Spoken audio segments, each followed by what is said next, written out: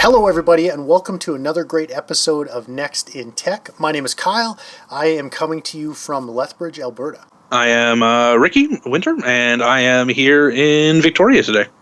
This is great. Usually we're doing this in person, but we're trying something new, and I can't wait. So today, we are here to talk about Nintendo, something that is near and dear to my heart, and I understand there's some cool things coming up with sort of in the Nintendo arena. So take it away, Ricky. Nintendo's getting old. I think we hit 40 years of Mario this year, 40 years of Legend of Zelda, 30 years of Pokemon. Nintendo is, well, all of our memories and childhoods and so on and so forth. You had a childhood at some point, I imagine? I did, and not to age myself here, but yeah, I have video games. But Nintendo was a huge part of it. I remember when we first got my first video game really ever was the very first Nintendo, the one with Mario and Duck Hunt. And I would have been like 5 at the time, 6 years old. And it's one of those core memories that I have as a child where my dad brought it home. And I remember it because it wasn't like a Christmas or a birthday. It was just a random, hey. And I remember my sister and I opening it, and we were so excited because that was like, video games weren't like that before. And all of a sudden, Mario, and we played Duck Hunt as a family, I remember, because my dad grew up on a farm. And so we were, playing Duck Hunt. And yeah, to this day, I still just remember those great memories playing Nintendo. So how about you? What was your experience with Nintendo growing up? I want to touch on your experience first. So the memories there, is it, oh man, my TV's not working, bang, bang, bang, blowing cartridge, put back in console? 100%. It was downstairs. I could hear it. I was yeah. And it's funny, downstairs in our unfinished basement in our 4-level split home with that old TV that just got repurposed for Nintendo, and yeah, concrete floor, blowing on the cartridges. Like, I can just take myself right back there. And then, of course, the games were, Contra, Excite Bike. You have Donkey Kong with the barrels and Donkey stuff? Kong, 100%. Punch Out. I mean, yeah, that was my childhood. In between riding bikes and drinking from water hoses, playing Nintendo. It was the 80s. It was wild. It was wild out there. So, yeah. And back in the time when you got your 3 lives, 3 game lives, and when you used those up, you started at the very beginning. Something my son can't even fathom today. So, yeah, great memory. So, how about you? What was your first Nintendo?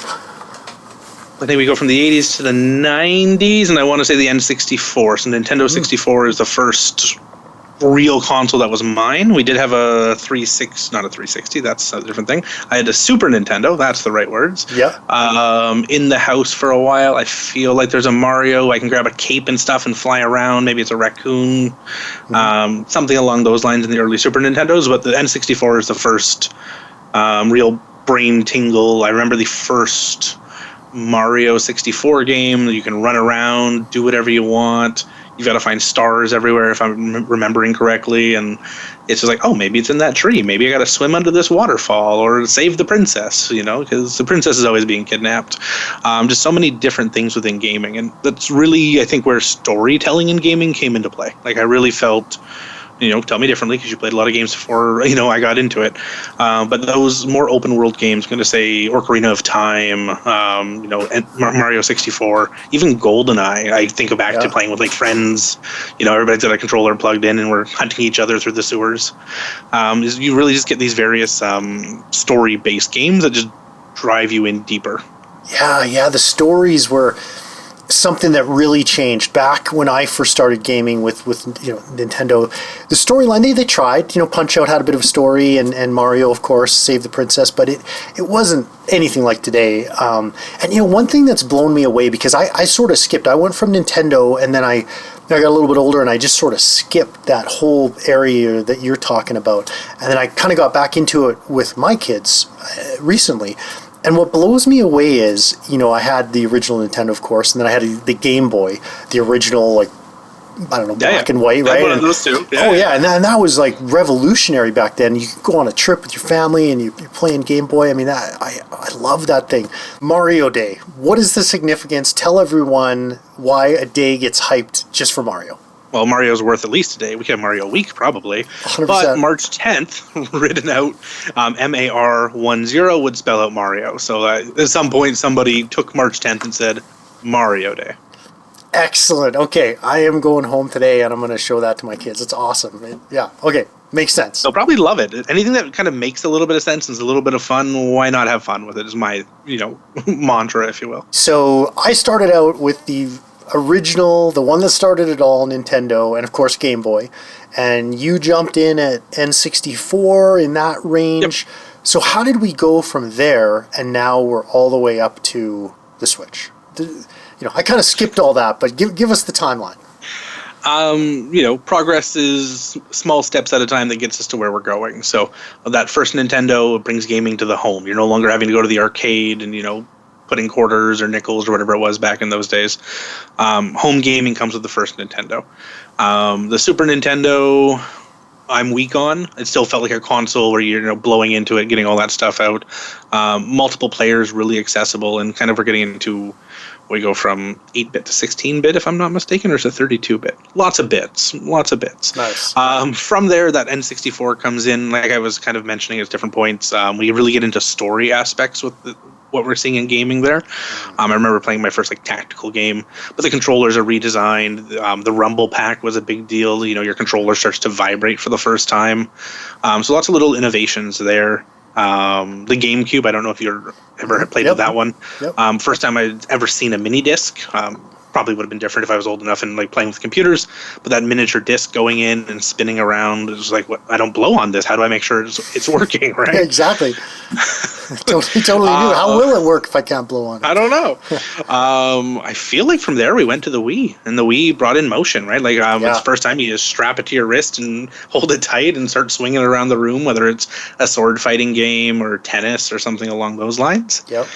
I take a small break here. This is the Wii U era. I want to say it's still a lot of motion and that kind of thing, but we start to move towards the Switch, I guess. Yeah. From the Switch, we get into that really, am I portable gaming? Am I physical gaming on the TV at home? And that choice of both.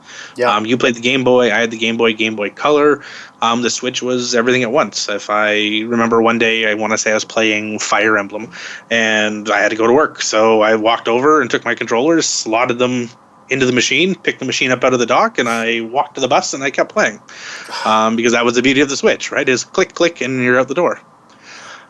Switch 2 has brought a bunch of different changes and innovations to the original Switch, fixed a lot of the original issues, upgraded our graphics run, and just pretty much everything else about it. But that's kind of how we got from the original Nintendo to where we are today.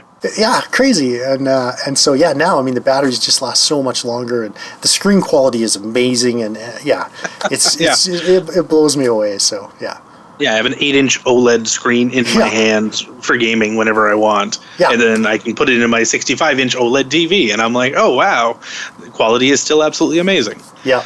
Exactly. So, gaming's done so much for so long and so many different stories, and it's neat to hear these stories from you. I think everybody has stories and memories of some level of gaming or something along those lines, and this is really just kind of showing us and telling us that. Yeah, it's such a fascinating area, and I hope everyone out there, is experiencing these memories with their family. And how about you? What about with your kids now? Do you game quite a bit with Nintendo with your kids? If I want to lose, yes. The 10-year-old is very proficient in video games. The Mario Party, the Mario Kart, and Super Smash Bros. Are the go-to family games. Everybody gets a controller around the house. 10-year-old wins most matches. His uncle comes over. His uncle still wins a lot of matches too. Makes it, we feel a little bit less bad about it. But no, it's a good little family bonding time to get in there, play some games. I think they've got a new one coming with Mario Day coming up. I want to say it's a tennis game, like something Tennis Fever. So we're seeing some new game launches also coming out for that 40-year anniversary. So overall, just whatever games we can play as a family. I know he loves Luigi's Mansion by himself as well. It's a great puzzle kind of game. So I don't know. Family's family, and they like to play video games. That's awesome. Well, for the record, I want everyone out there to know I crushed my son at video games, and then he turned about 4, and then from there it's been a little downhill for me. But yeah, super fun. So awesome. Well, thank you, Ricky. Thanks everybody, and don't forget to join us next time to find out what is next in tech.